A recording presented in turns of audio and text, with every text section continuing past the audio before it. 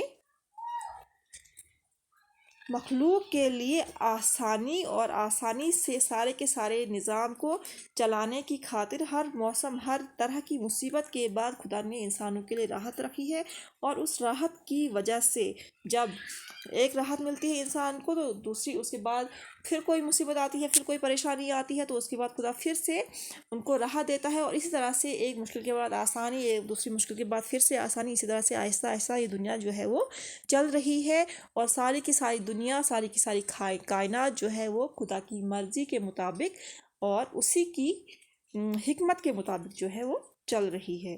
ٹھیک ہے، اس کے جو کوشچن ہے یہ ہم دوسری ویڈیو میں کریں گے، تب تک کے لیے اللہ حافظ۔